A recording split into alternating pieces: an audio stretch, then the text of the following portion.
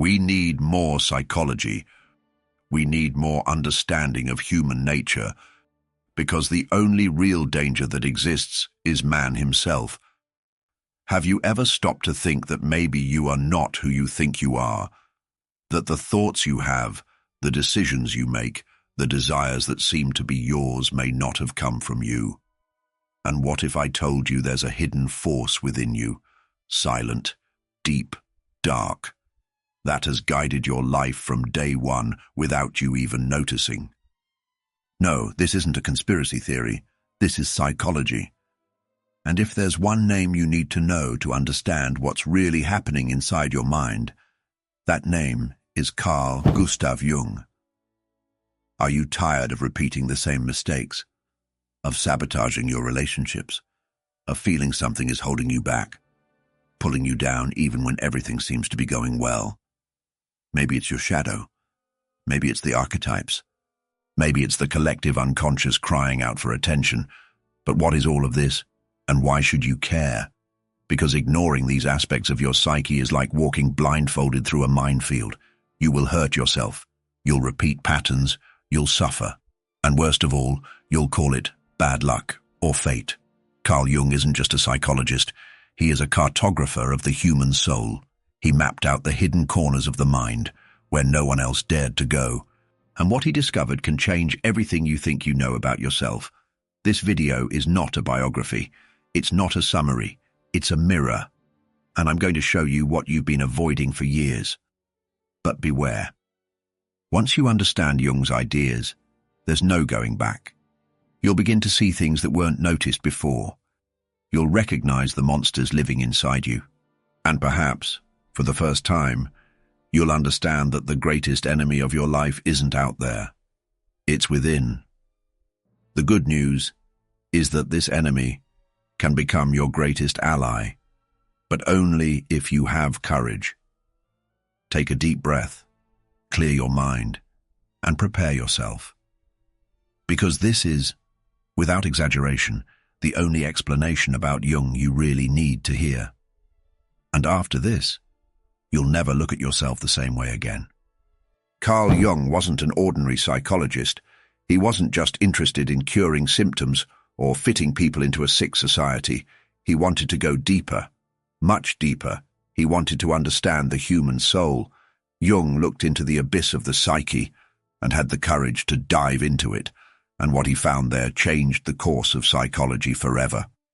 Born in Switzerland in 1875, Jung grew up surrounded by religious symbolism, rituals, an atmosphere of silence and mystery. From an early age, he sensed there was more to the human experience than could be explained by words or logic alone. It's no wonder he became Sigmund Freud's brightest disciple, but he was also the first to dare to question him. Freud believed that everything in the human mind was centered around repressed sexual desire. Jung saw something more. He saw depths. He saw archetypes, symbols, myths, collective forces. While Freud looked to the immediate past, Jung saw millennia back, touching the ancestral roots of our existence, and for that reason, the rift between them was inevitable. Jung didn't just want to treat mental illnesses. He wanted to restore the lost connection of human beings with their essence. He believed the psyche was a living and dynamic system, full of opposing tensions, light and shadow, reason and emotion, masculine and feminine, and that suffering wasn't an error of existence, but a call to transformation. He created a new way of seeing the human being, analytical psychology, a path that doesn't seek to erase what's wrong with you, but to understand, integrate, and bring to consciousness what has been rejected, hidden, denied, because for Jung, the true enemy wasn't suffering, it was unconsciousness. But why does all this still matter? Because today's society remains sick. We are still trapped in destructive patterns. We continue to ignore our emotions, numbing our emptiness, escaping pain, and Jung not only predicted this, he offered a way, a map into ourselves, a chance to understand why we feel so disconnected and what we need to do to reconnect. He doesn't offer easy answers or empty promises, but he offers something no one else does: the truth about yourself. One of the most disturbing truths Jung revealed to the world is that there is a layer of the human mind. It is not individual, but shared by all humanity. A deep ocean of symbols, images, and forces that shape our lives, even if we are never aware of it.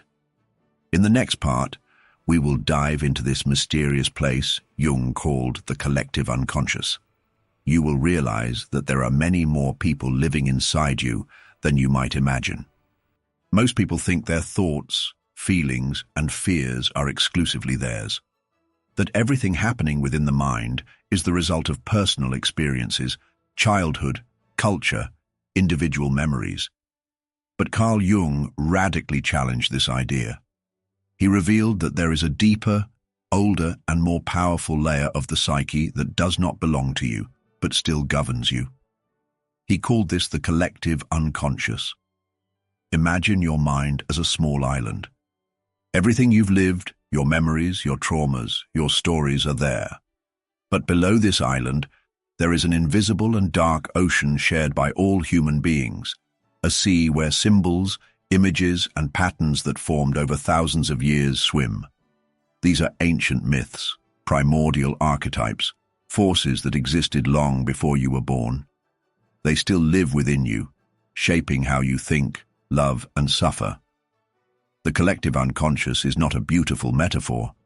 It's a psychic reality that manifests in dreams, fantasies, religions, in movies that move us, in stories spanning centuries. That's why different civilizations at different times created similar myths with heroes, sages, monsters, journeys, and redemptions. These stories are not merely cultural inventions. They are reflections of the very structure of the human soul. Jung believed that behind every human behavior there is an archetypal pattern. When you feel fear of abandonment, you are touching an ancestral archetype. When you feel a deep need to belong, to find meaning, to surpass yourself, you are being guided by forces present since the dawn of humanity. And that's exactly why ignoring the collective unconscious is like ignoring gravity.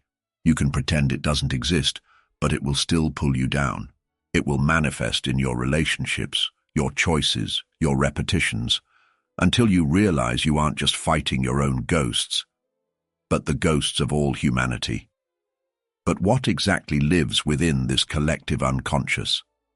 Who are these invisible forces shaping your behavior without you realizing it? Jung gave them a name. He called them archetypes. Universal forms present in all of us that act as patterns of behavior, emotion, and thought.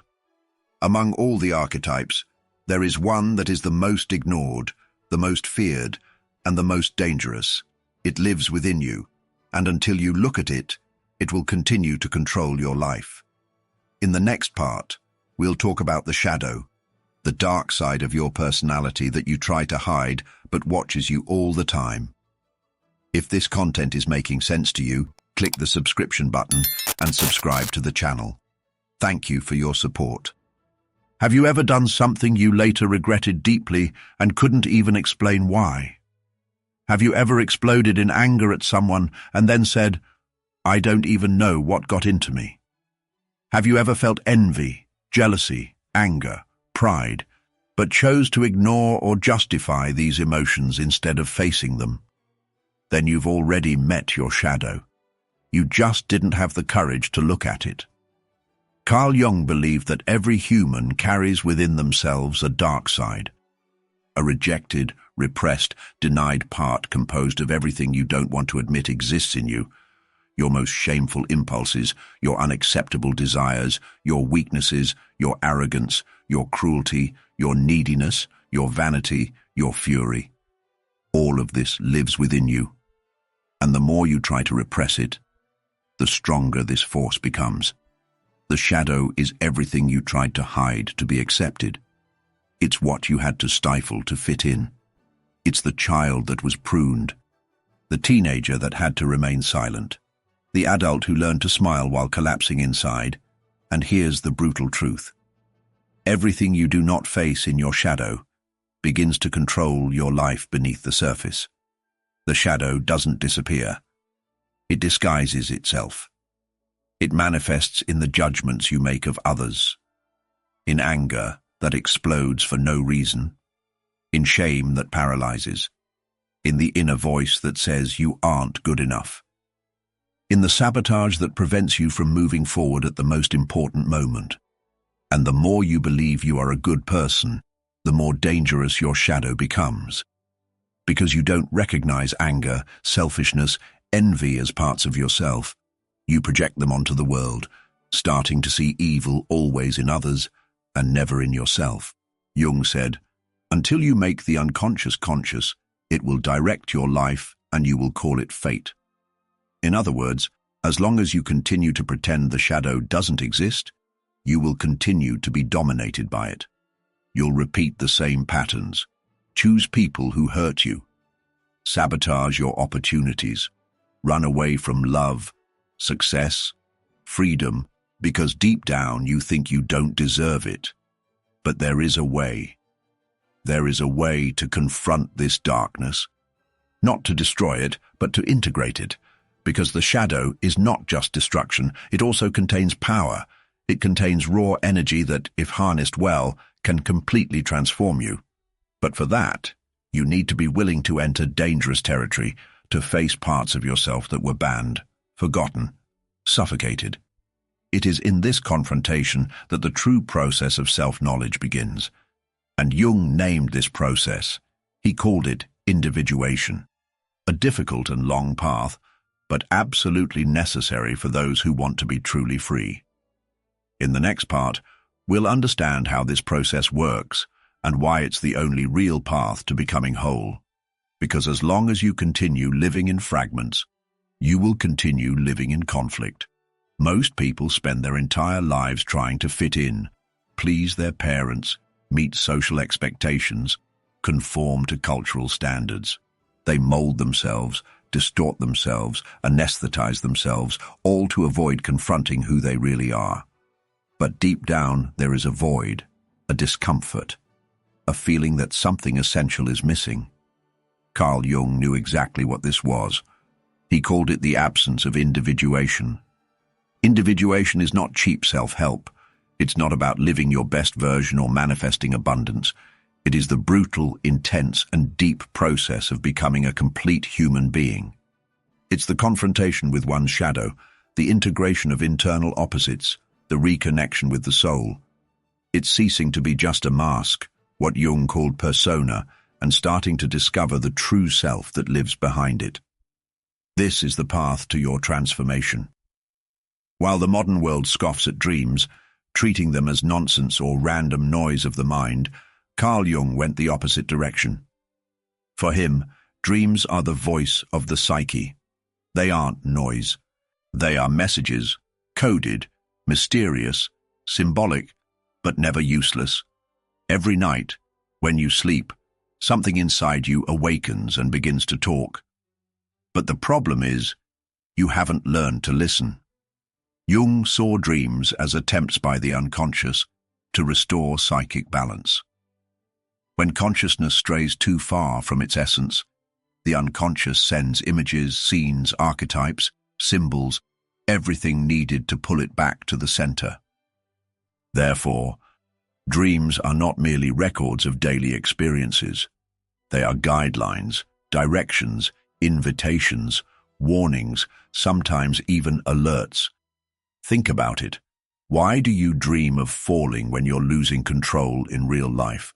Why dream that your teeth are falling out when you feel weakened? Why does the same symbol appear repeatedly in different dreams? This is not a coincidence. This is the soul trying to communicate.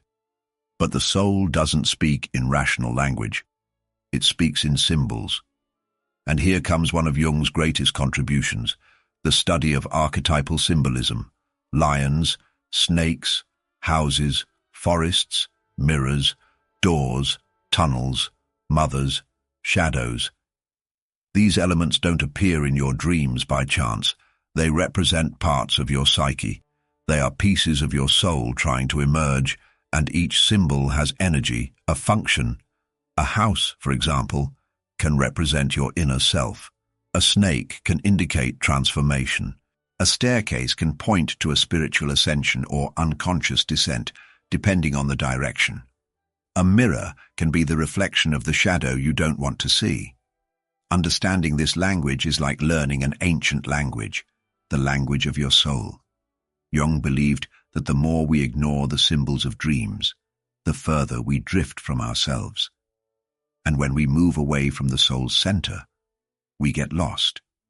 We enter crises. We become anxious, depressed, disoriented. We lose our sense of direction because we lose the connection with our internal compass.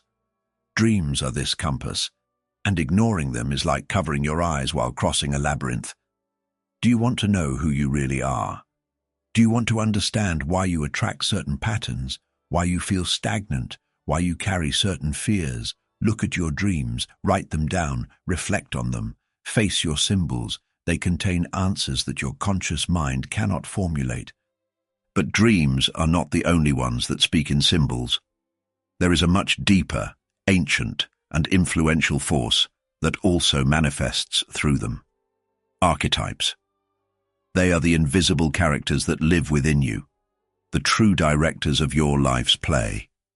In the next part, we'll reveal who these archetypes are and how they shape your emotions, decisions, and relationships, even when you believe you're in control. Have you ever caught yourself acting strangely, as if you weren't yourself? Have you ever felt like repeating patterns whose origins you don't even know? Or that you're always attracting the same kind of person, the same kind of pain, the same kind of story? Carl Jung knew exactly why this happens. Because within you live invisible forces, true psychic characters that not only influence your decisions but stage your life. These forces are called archetypes. Archetypes are universal structures of the psyche. They aren't ideas you learned. They are ancestral patterns born with you. They are as old as humanity itself. They reside in the collective unconscious. They are like internal models that shape your behaviors, emotions, personal narratives. And the most unsettling part is, you can spend your entire life being guided by an archetype without ever realizing it. Jung identified several of these archetypes.